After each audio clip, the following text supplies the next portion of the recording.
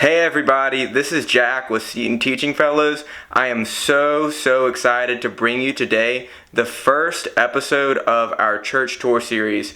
Basically what we're going to be doing over the next few months is going through different parishes in the communities that we serve at and sort of the parishes that our fellows attend for daily mass, for Sunday mass, and talk about the partnership that we have with these parishes, sort of get a history of the parish, talk about the construction of the parish, maybe some architecture, if there's any fun facts about that. And today we have a very special inaugural episode of our church tour series where we are interviewing Father Mike Aguino, the head pastor at St. Anselm Parish here in the Bronx. St. Anselm is the daily mass as well as the weekend mass parish for our Tenton Avenue fellows. They are super close by, literally 5 minutes away, and it also serves as a monthly formation hub for the Seton Teaching Fellows in the Bronx, where every month we come together for formation night and we have adoration as well as other opportunities for confession and a homily from Father Mike and just general edification that helps us to better serve in the various schools and communities that we live in. So I'm really excited to show you this episode today where we talk about the history and the people of St. Anselm Parish as well as how the fellows are involved there and what Father Mike thinks about everything from his life as a priest to his involvement with the fellows. So I really hope you enjoy and are edified by today's episode and you learn a little bit more about the places that we serve. Well, hello everybody. I am Jack Morgan. I'm a recruitment associate with the Seton Teaching Fellows, and I am here with Father Michael Aguino of St. Anselm Parish, one of the many parishes that our fellows are nearby in the Bronx and frequent for Sunday Mass. We actually have a community right down the street on Tenton Avenue. We call it the Tenton House. And so we just wanted to come in and highlight the beauty of St. Anselm as a church, as a parish, and kind of get a little bit of history and background so that those who are interested in our mission can better discern, and those who are a supporter or prayer warriors for our mission can be praying for the people that we serve and the parishes that we are partnered with. So anyways, Father Michael, it's really great to be here with you today. Could you go ahead and tell us a little bit about the history of St. Anselm as a parish and the people that you serve here? Sure. Thank you, Jack. Thanks for having me.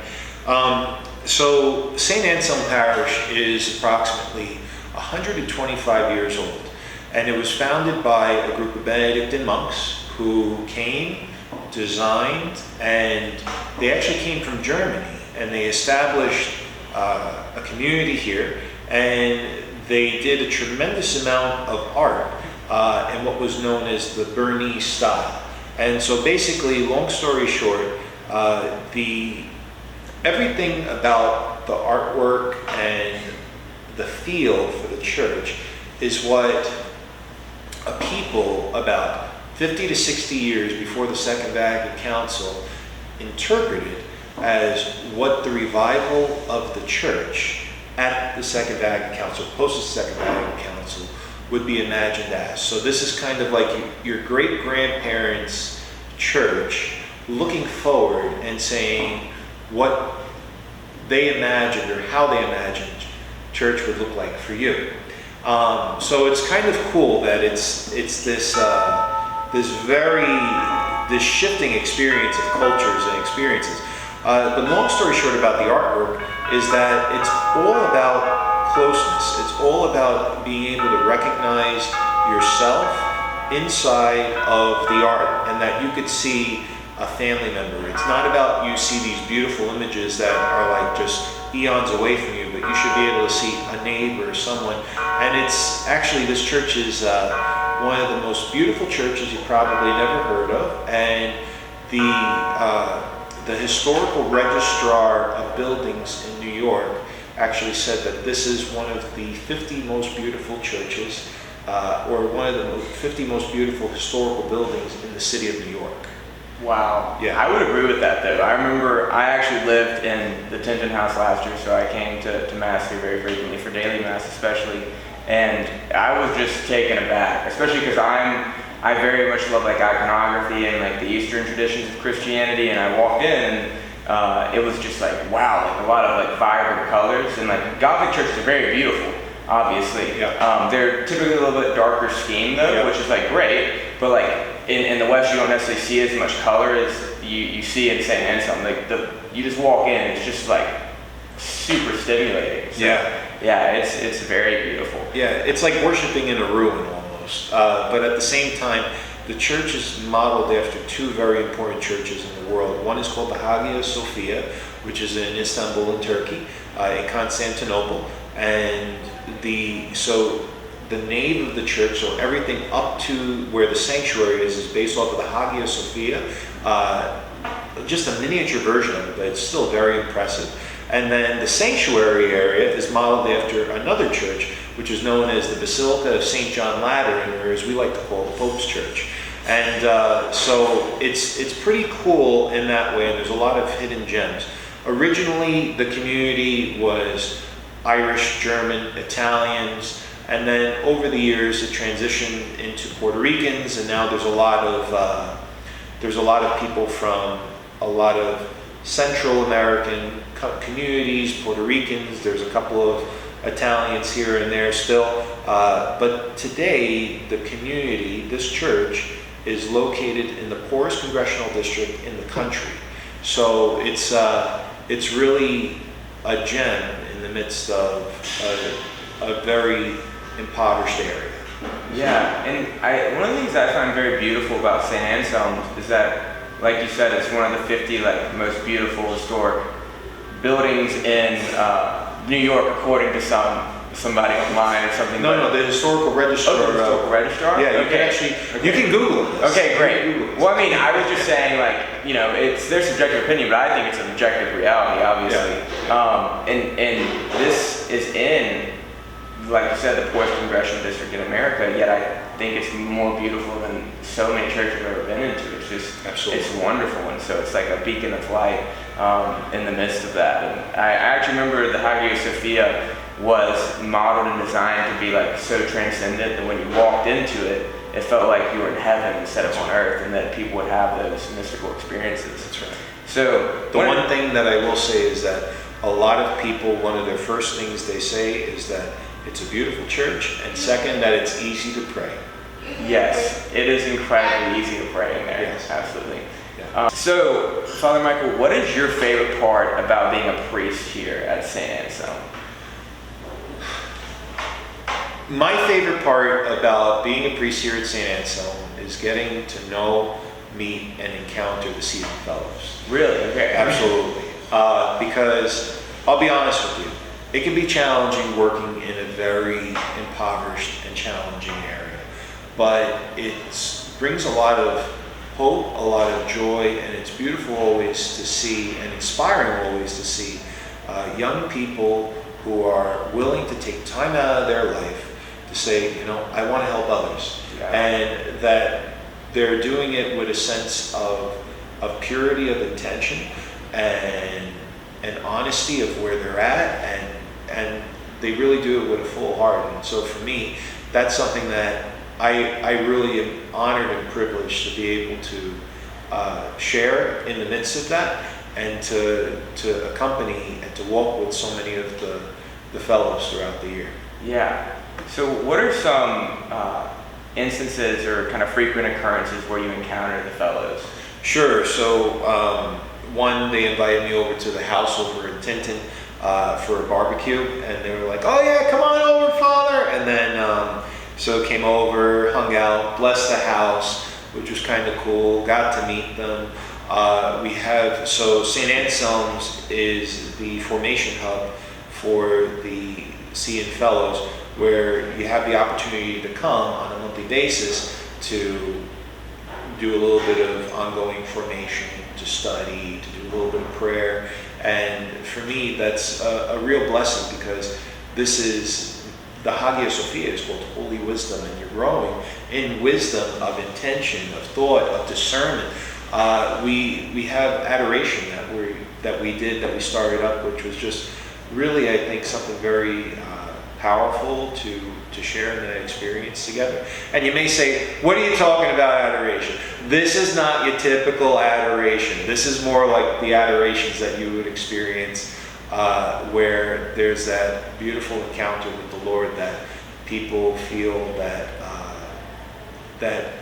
sense of closeness to God, but also it's kind of guided in that way. Yeah, no, I've been personally, I think to the one that we had here in July or maybe early August, which is obviously this month, but it was incredible. I was just, especially because like normally in adoration, you're in a church with like, it's just the Eucharist and the monstrance. And that's beautiful, that's amazing, and that's honestly really all we need, obviously. But then you like have as the backdrop, like all the beautiful iconography and mosaics, and St. Anselm so does really enhance the experience and kind of make you realize that you're not in just a merely earthly environment. So that's wonderful. Well, Father Mike, how could somebody who is watching this interview support and pray for your parish? Do you have any sort of way if they feel like doing charitable donations or anything to for my parish or to support for your parish? Wow. Well, long story short, I'll share a little bit about the parish. While it's extremely beautiful, at one point there was a hole in the roof. And so water came in over a period of years, and a lot of the artwork, which is really tremendous, was water damaged. And so we need to redo the images and some of the iconography and things of that nature in the church. I would say at the end of the day, the first thing and the most important thing is that we hold one another up in prayer, because God has a lot of money. We just got to find it. And so I think there's also that trust in divine providence, that when you do good things and you use what you're doing and you know what you're doing it for, and you put your money where your mouth is and you actually do it, good things start to flow and good things start to happen. So I would say that's first. The second, that's so prayer is the first thing. The second thing I would say that is very helpful, especially in this area, is that we are surrounded by a tremendous amount of young people. And the average age here in this neighborhood is 33 years old, and the average size of the children per family is 5 children per family. And so that's a lot of kids. Our weekly donations are somewhere in the realm of like $3,000. Not because we're not getting people. We get 1,000 people to come to church on Sundays. But it's because we're in the midst of a very, very poor area. And I would love to be able to start to work on and to grow a youth group of some sort, to work with the kids, to engage the families and where they're at. And, and the other thing is, if people would like to support, to help with some of the artwork or whatnot, that it would be a tremendous help. Long story short, the bones of St. Anselm are really, really good. It's just been a very, very long time since they've received TLC. And so donations could go a long way, but at the same time, what I think is most important is that people pray for us in our mission here. If people want to support the mission here, that they can get in contact with me at St. Anselm's through the Seton Fellows or whatnot. But money is the side note. Money is not the main focus of what I'm at. And I think when we try to create meaningful community or meaningful partnerships, it can really, really go a long way.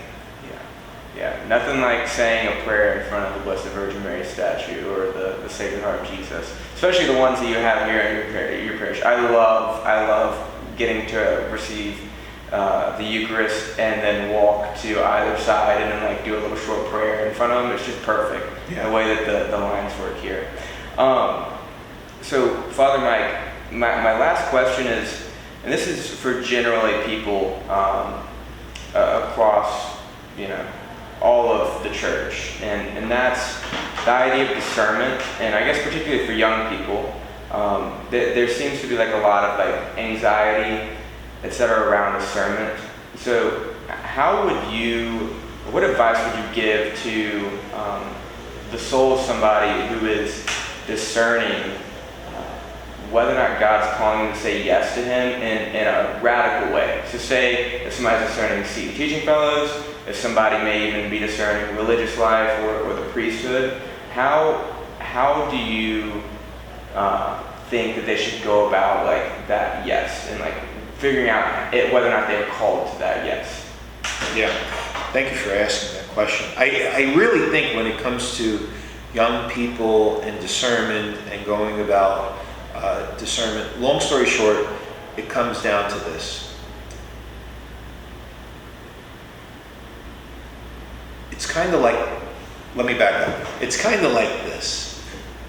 At one point in my life, I wanted to get a car.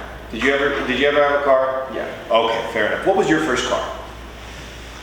Toyota Camry, 2012. A 2012 Toyota Yeah, Camry. I was very blessed. I inherited it from a family member. So. Okay.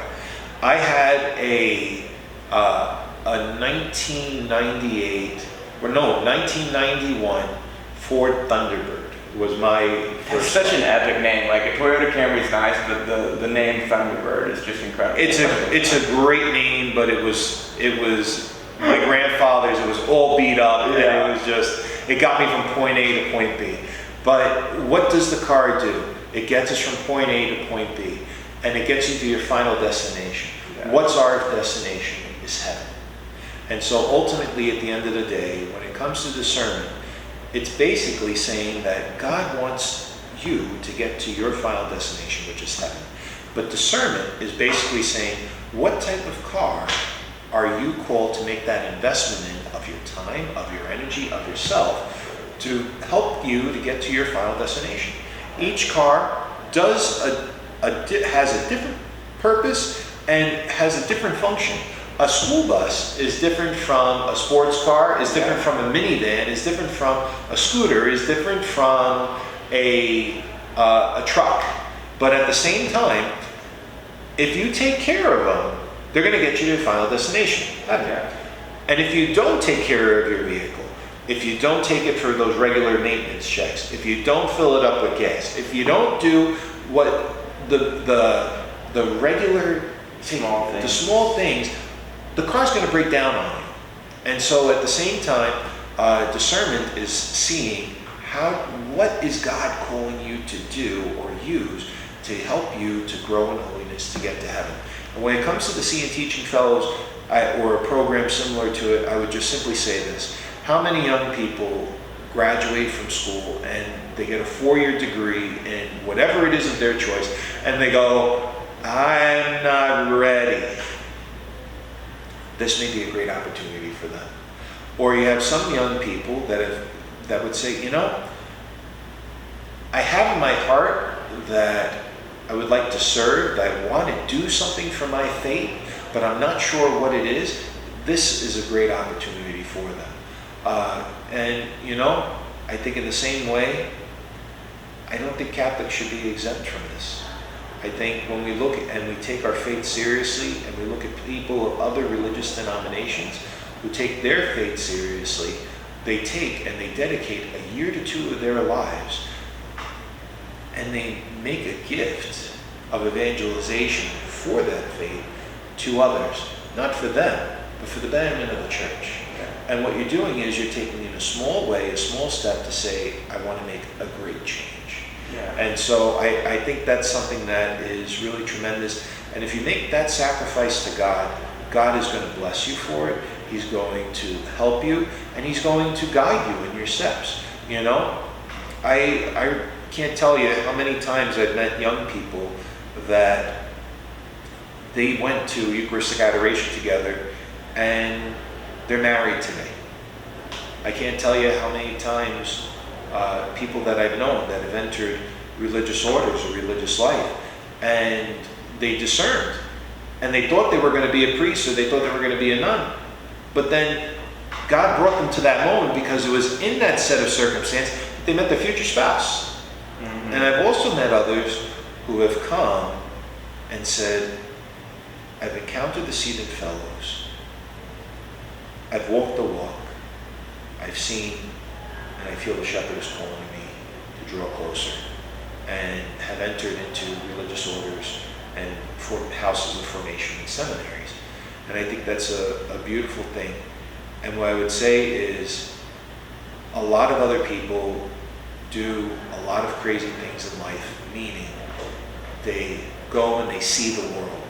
They go and they waste time doing things of, not as great value. And I think doing this here, it's a tremendous value for the young, for the poor, and it's helping to inspire faith.